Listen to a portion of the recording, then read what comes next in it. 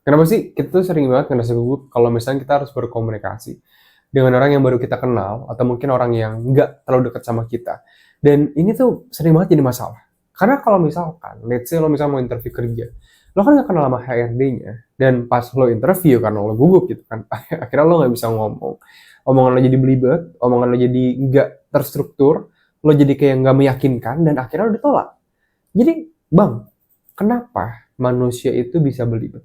Nah, kenalin nama gue Jason Stanley, yang mungkin lo belum kenal sama gue. Gue udah punya pengalaman 6 tahunan di bidang Science Communication.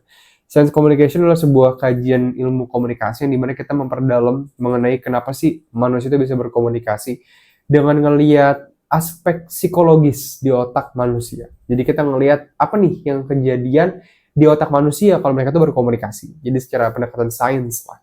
Nah, gue juga udah mendirikan platform edtech gue sendiri namanya Stanley Academy, yang dimana sekarang tuh ada satu produk namanya 3 Hour Communication. Itu udah ngebantu 1.000 orang lebih ngerasa ngubah drastis skill komunikasi mereka hanya dalam 30 hari doang. Nah, jadi sebenarnya ini juga sebuah ide sih yang berasal dari salah satu peserta, dari salah satu keluarga di Stanley Academy. Dimana kemarin gue sempat dikirimin forward langsung dari tim gue mengenai ada yang nanya kayak, bang, ini ada yang nanya nih bang, dia bilang dia sempat ngambil perubahan drastis dari 3 Hour Communication, ada perubahan lah signifikan dalam skill komunikasinya. Tapi bang, ada satu pertanyaan yang nggak pernah bisa dijawab nih bang, kayak masih penasaran lah dalam pikirannya. Kenapa sih bang manusia itu bisa dan ngalamin rasa gugup ketika kita itu berkomunikasi? Baik dengan orang yang baru kita kenal, atau mungkin lawan jenis yang kayaknya cakep, menarik gitu kan, atau mungkin HRD pas kita interview kerja, kenapa sih bang? Jadi sebenarnya gue udah bahas berulang-ulang juga di 3 Hour Communication, di produk gue Stanley Academy, bahkan di beberapa newsletter yang lo bisa dapatkan di Stanley Academy juga udah ada kok beberapa. Jadi sebenarnya manusia itu bisa ngerasa gugup karena ada sebuah teori komunikasi dari psikologi juga yang namanya itu UMT, Uncertainty Management Theory. Bang, UMT ini itu apa? Dan kenapa UMT ini bikin orang jadi ngerasa gugup ketika berkomunikasi? UMT atau Uncertainty Management Theory, kalau lo artikan secara bahasa Indonesia, itu adalah uncertainty berarti ketidakyakinan. Management berarti meng-manage atau mengatur. Dan teori ya berarti teori aja gitu. Nah, ini berarti adalah teori mengelola ketidakyakinan. Bang, tapi apa yang dimaksud dengan tidak yakin dan kenapa teori ini penting gitu loh. Jadi ketidakyakinan itu ada di segala hal. Contoh, misalkan nih ya. Misalkan gue beli spidol ini. Oke. Spidol ini, kalau misalkan gue beli, itu bisa jadi ada ketidakyakinan gue. Spidolnya bagus atau enggak, nyata atau enggak, atau ini brandnya terpercaya atau enggak. Nah, ada lagi ya, gue cari dulu misalkan nih ya, gue beli buku ini, Emotional Intelligence dari Daniel Goleman. Misalkan gue pelajarin bukunya, ada ketidakyakinan enggak dari buku ini pas gue mau beli buku ini? Ada.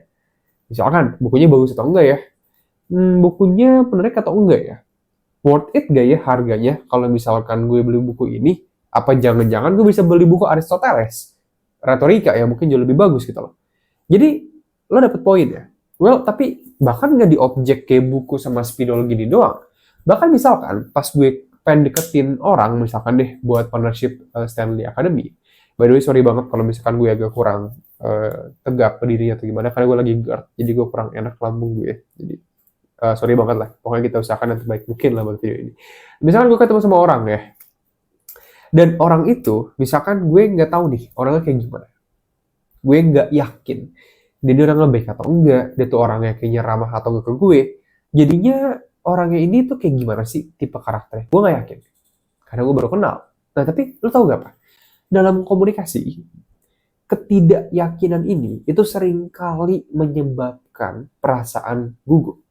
Nah, inilah yang gue sebut sebagai ketidakyakinan dalam komunikasi. Berarti, bang, oke, ketidakyakinan bikin kita jadi ngerasa gugup. Kalau gue nggak yakin, maka gue lebih cenderung untuk gugup. Bener nggak bang? Bener.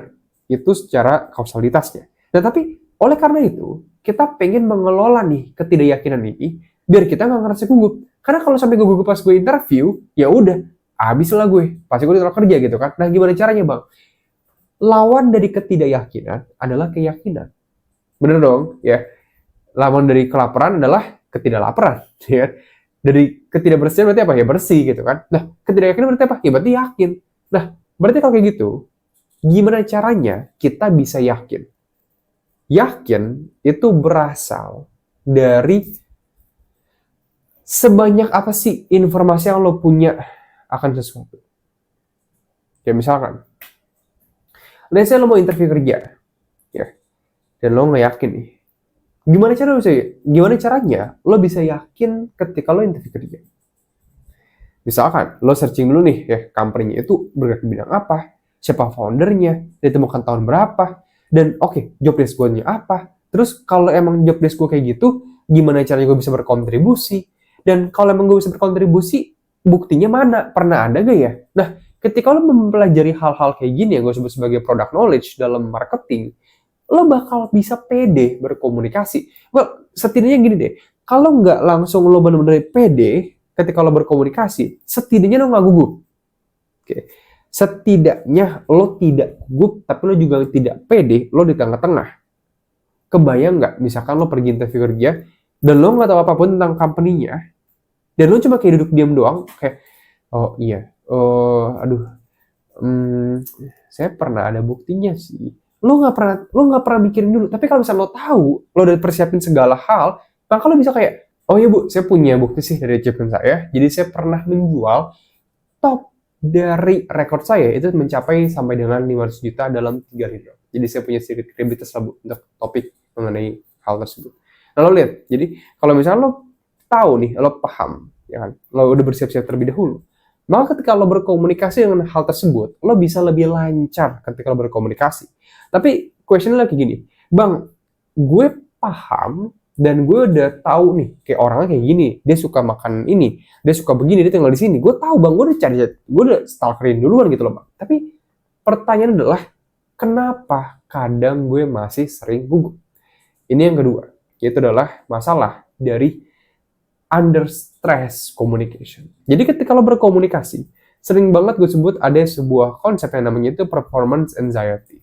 Ini kurang lebih mirip ketika lo public speaking, lo tuh sibuk mikirin apa kata orang tentang lo bakal kelihatan pinter atau enggak, atau lo malah kelihatan kayaknya bodoh gitu kan, atau lo mungkin berusaha mengontrol biar mereka tuh mikir lo tuh keren atau enggak. Jadi itu jadinya performance anxiety.